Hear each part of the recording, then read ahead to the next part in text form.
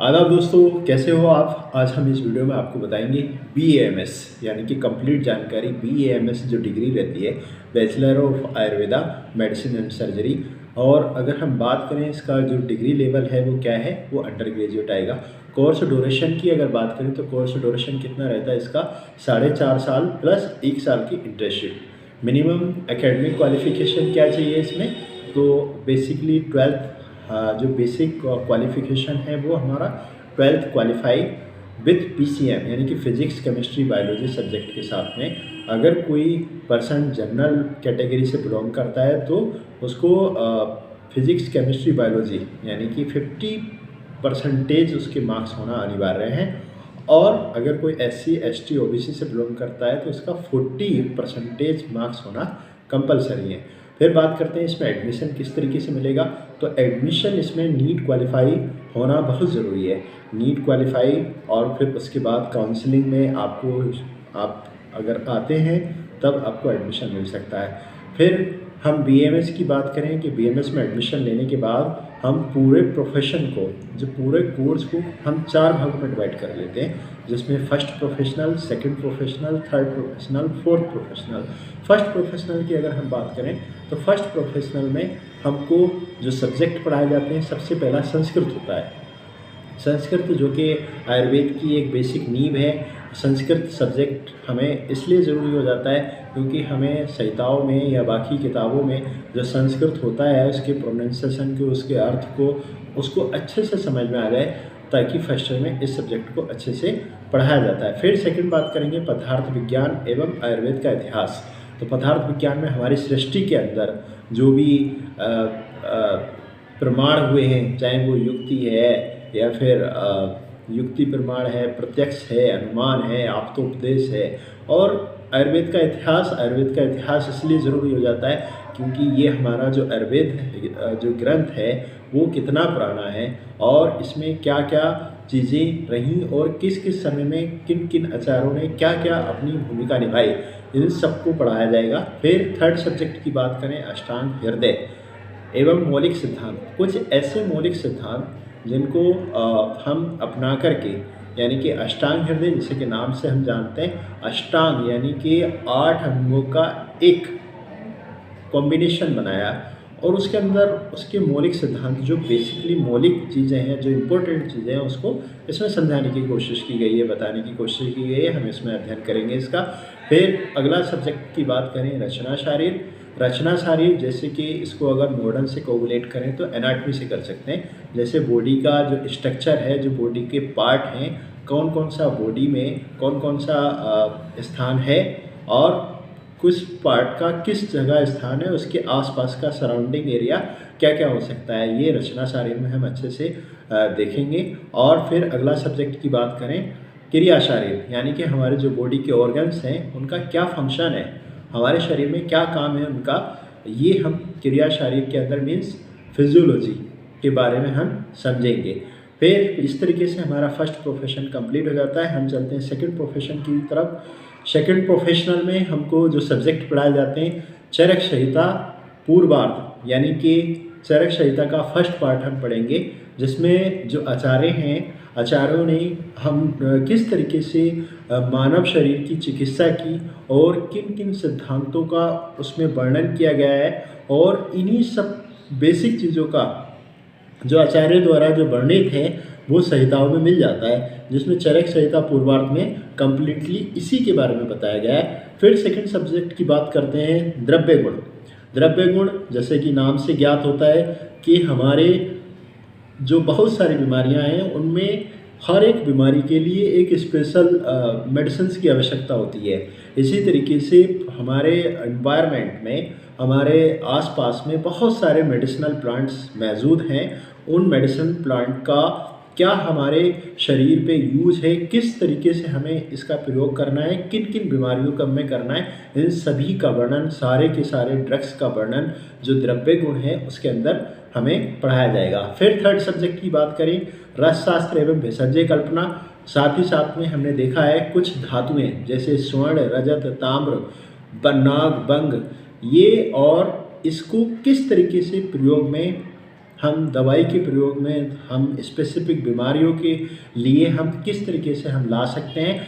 तो भेषज कल्पना इसी का पार्ट है, जिसमें उन धातुओं को और उन सारी चीज़ों को, उन मेटल्स धातुओं को सब अच्छे तरीके से बनाने की विधि और उनको प्रयोग करने की विधि का भी इन सब्जेक्ट के अंदर अच्छे से अध्ययन किया जाएगा।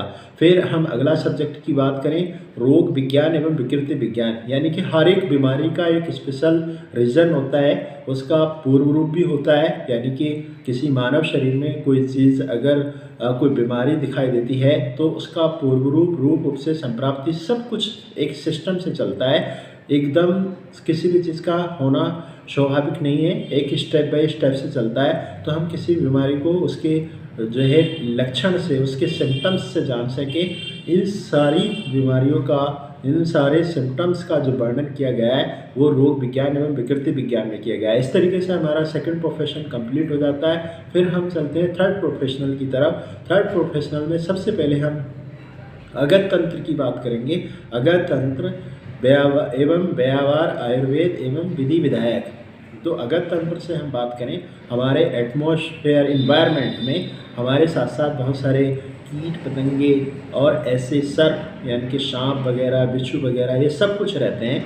इनके काटने से और इसकी चिकित्सा किस प्रकार से करेंगे, ये अगत तंत्र के अंतर्गत अच्छे से दिखाया गया है और अच्छे से उसमें बताया गया है। फिर विधि विधायक, अगर किसी की मृत्यु हो जाती है तो उसको मेडिसिनल ज्यूरिस्प्रूडेंस, यानी कि ये पता लगाने के लिए कि इसको कौन से विषाक्त से, यानी कि कौन से जहर से मृत्यु हुई है, तो इसका सारा वर्णन इसी के अंदर हमें अध्ययन कराया जाता है। फिर हम बात करते हैं, अगला जो सब्जेक्ट है स्वस्थ व्रत। स्वस्थ व्रत एवं योगा, यानी कि जैसे कि हम नाम से जानते हैं स्वस्थ व्रत यानी कि हमारे स्वास्थ्य के बारे में क्या क्या क्रियाएं ज़रूरी हैं। और फिर बात करते हैं योगा, और हमें स्वस्थ रहने के लिए योगा में कौन कौन से आसन का, कौन कौन से प्राणायाम का हमें अपनी जीवन में और किन किन बीमारियों में हमें इन सब का प्रयोग करना है और किन किन बीमारियों में इसको त्यागना है, यानी कि नहीं करना है। तो इन सब का वर्णन जो विस्तृत से बताया गया है वो स्वस्थ व्रत एवं योगा में बताया गया है। फिर अगला सब्जेक्ट की हम बात करें,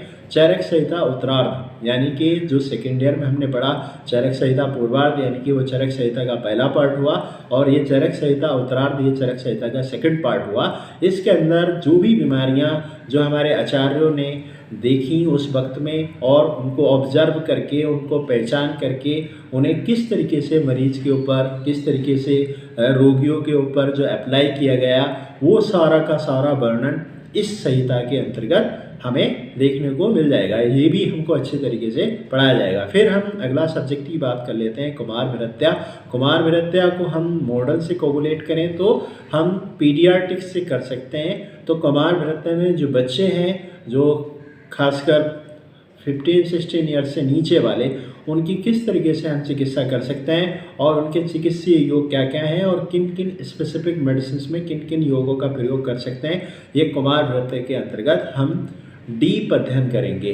फिर हम बात करते हैं अगला सब्जेक्ट प्रसूति तंत्र एवं स्त्री रोग। जैसे कि नाम से जानते हैं फीमेल डिसऑर्डर्स, जो गर्भवती महिलाएं हैं उन्हें क्या क्रियाएं करनी चाहिए, क्या नहीं करनी चाहिए, ये सारा विस्तृत वर्णन हमको स्त्री प्रसूति रोग में मिल जाएगा।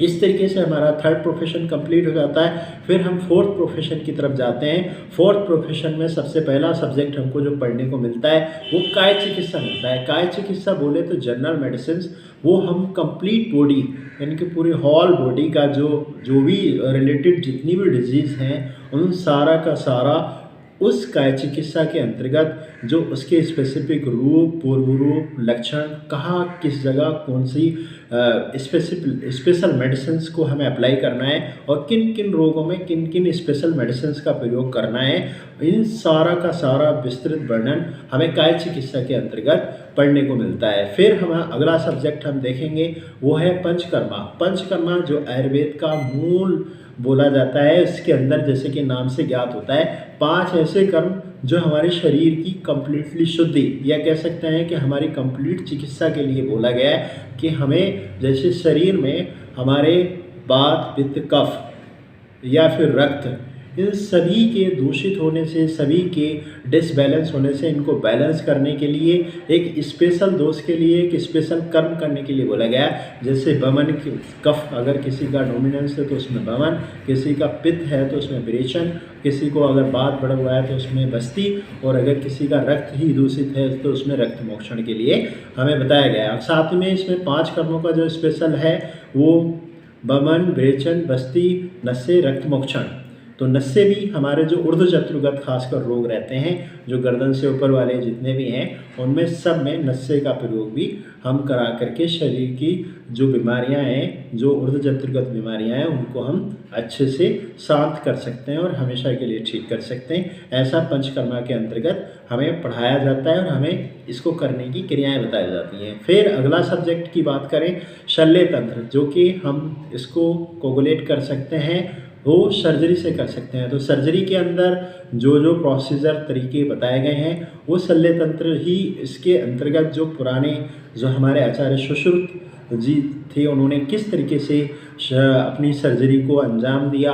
और जैसे कहा जाता है कि जो सर्जरी के जनक है वो आचार्य सुश्रुत हैं, तो वहीं से सर्जरी को इसको प्रयोग में लाया गया और इसको आज की डेट में किस तरीके से कहाँ पे किन किन सब चीज़ों को, सर्जरी की प्रोसीजरों को कैसे अप्लाई किया जाता है, ये हम शल्य तंत्र के अंतर्गत अध्ययन करेंगे। फिर हम बात करेंगे शालक्य तंत्र। जैसे कि हम जानते हैं कि इसको कोगुलेट ईएनटी से कर सकते हैं, जबकि शालक्य तंत्र के अंतर्गत गर्दन से ऊपर यानी कि नाक, कान, गला, आँख, दांत, कान और दिमाग, इन सभी बीमारियों का इसके अंतर्गत क्या सर्जरी प्रोसीजर करेंगे। इन सब में अगर कोई डिफॉर्मिटीज़, कोई बीमारी होती है तो ये सारा का सारा शालक्य तंत्र के अंतर्गत हमें पढ़ने को मिलता है।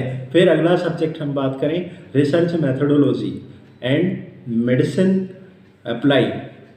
तो इसमें रिसर्च आज की डेट में जो अलग अलग बीमारियां, अलग अलग वेरिएंट, जैसे कि हम बहुत सारा देख रहे हैं, अभी कोरोना काल में नए नए वेरिएंट देखे, नई नई चीज़ें देखी, नई नई रिसर्चें देखी, तो उन सारी रिसर्चों का सारा कुछ जो नए नए अपडेट हैं वो रिसर्च मेथोडोलॉजी के अंतर्गत हम देख सकते हैं और हम अपने हिसाब से थोड़ा मॉडिफाई कर सकते हैं। तो इस तरीके से कंप्लीट बीएमएस में जो टोटल सब्जेक्ट होते हैं वो 19 सब्जेक्टों का हमें पढ़ाया जाता है। और अगर हम इन 19 सब्जेक्टों को इन 4 प्रोफेशन में बांट करके, 4 प्रोफेशनल में बांट करके एक स्टेप बाय स्टेप अगर सारे प्रोफेशन का अध्ययन करेंगे तो हम जानेंगे कि हम जो होने वाला जो फ्रेशर स्टूडेंट्स है, जो फर्स्ट ईयर में प्रवेश करता है नीट क्वालिफाई करने के बाद, तो उसको कम्प्लीटली उसे कुछ करने की आवश्यकता नहीं है। वो अपने इस प्रोफेशन को ज्वाइन कर करके और स्टेप बाय स्टेप पढ़ करके अच्छे से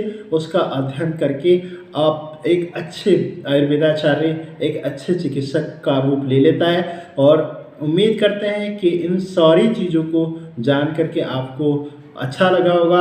और आजकल भारत सरकार ने हमारा एक एक्ट जो 2020 अप्लाई किया था, उसमें 2021, तो उसमें लगभग कुछ सर्जरियों को भी जो है मान्यता दी गई है और उसको पास किया गया है। तो उम्मीद करते हैं कि BAMS, bachelor of Ayurveda and medicine and surgery, एक अपने आप में प्रभावी चिकित्सा है, एक कंप्लीट चिकित्सा है और इसको अप्लाई में ला करके, इसको लोगों तक पहुंचा करके आप अपने आप में एक अच्छा मैसेज दे सकते हैं। Thank you so much watching this video.